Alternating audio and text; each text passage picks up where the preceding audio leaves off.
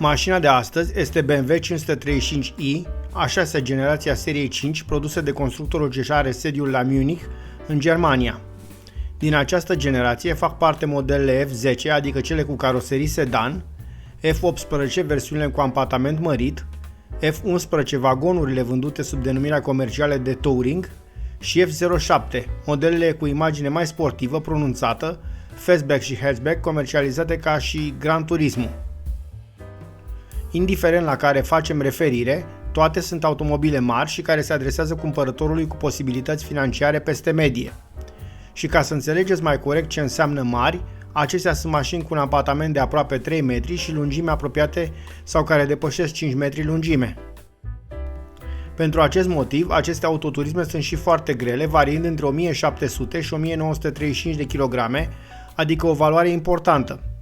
Asta nu înseamnă că aceste mașini sunt unele lente, ci din contră, puterile disponibile le fac vioaie și apreciate.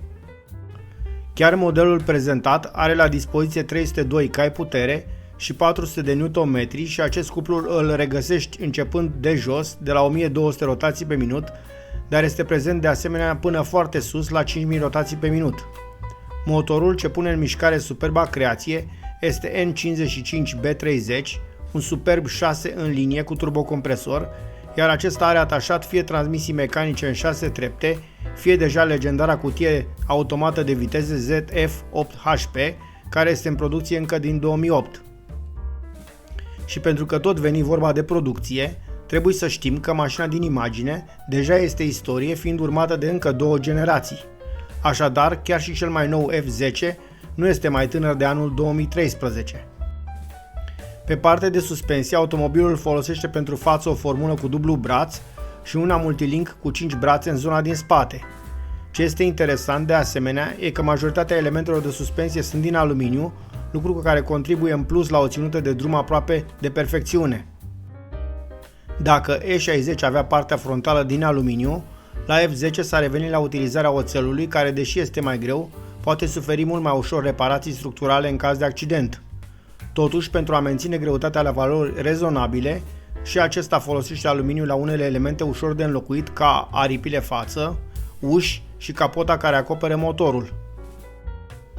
Odată cu această generație, BMW avea să revină la vechea practică de a avea bordul îndreptat către șofer, lucru care era de asemenea apreciat de cumpărătorul de BMW.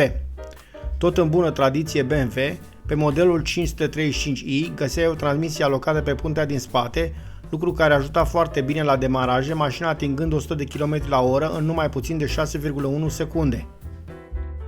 Iar dacă îl porneai, trebuia să-l poți și opri, iar pentru asta frânarea era realizată cu discuri de frână, ventilate pentru față și asistate de un sistem ABS care te ajuta să nu blochezi roțile și să risci să pierzi mașina într-un derapaj necontrolat.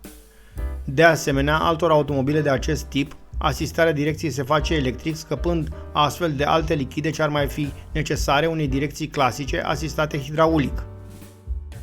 Deși constructorul declară un consum apropiat de 12 litri la sută în regim urban, mașina nu a fost una prea prietenoasă cu portofelul, în sprijinul acestei afirmații venind și capacitatea rezervorului de carburant, care era una serioasă, având un volum de numai puțin de 70 de litri.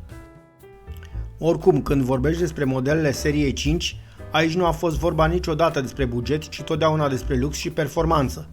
Calități specifice pentru acest automobil, ce este oarecum reprezentativ pentru ceea ce este BMW de-a lungul anilor.